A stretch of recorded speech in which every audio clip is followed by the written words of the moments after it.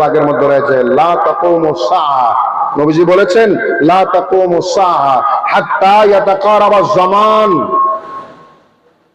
যুগ এবং কাল, সময়, যুগ কাল সময় কাছাকাছি এসে যাবে।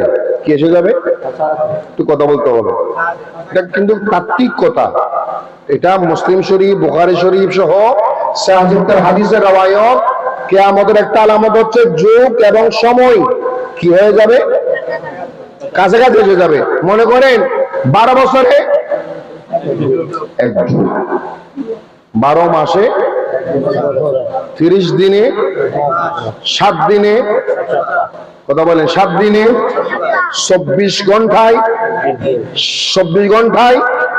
60 মিনিটে 60 সেকেন্ডে। এখন সময় কাছাকাছি এসে যাবে মানে কি 10 বছর এক যুগ হবে। 100 বছর আগে 12 বছর এক যুগ, এখনো 12 বছরে সময় কাছাকাছি কেমনে আসছে? 12 বছর তো বরাবর, ঠিক না বেটি?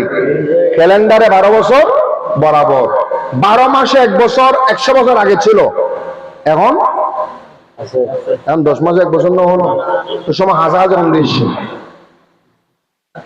কিয়ামতের আলামত হচ্ছে সময়টা কাছাকাছি এসে যাবে।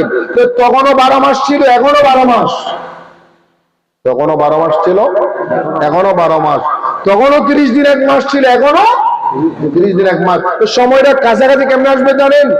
ওটা হচ্ছে হাদিসের ভাষাটা, সময়টা কাছাকাছি আসবে, সময়ের বরকত তুলে নেওয়া হবে, সময়ের বরকত তুলে নেওয়া হবে। সময়ের বরকত পাবেন না।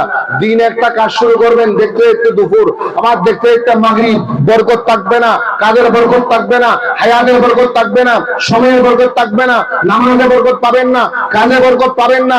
2 দিনের কাজ 10 দিন হবে, ঠিক না? 2 দিনের কাজ 10 দিন হবে, 1 মাসের কাজ 6 মাস হবে, 6 মাসের কাজ 5 বছর হবে। এটা হচ্ছে সময়টা কাছাকাছি চলে আসা, এটাই কিয়ামতের আলামত। আর আল্লাহ পাক আমাদেরকে শেষ নবীর উম্মত বানিয়েছেন, অন্তত কবরে আমাদেরকে বেশি দিন থাকতে হবে না।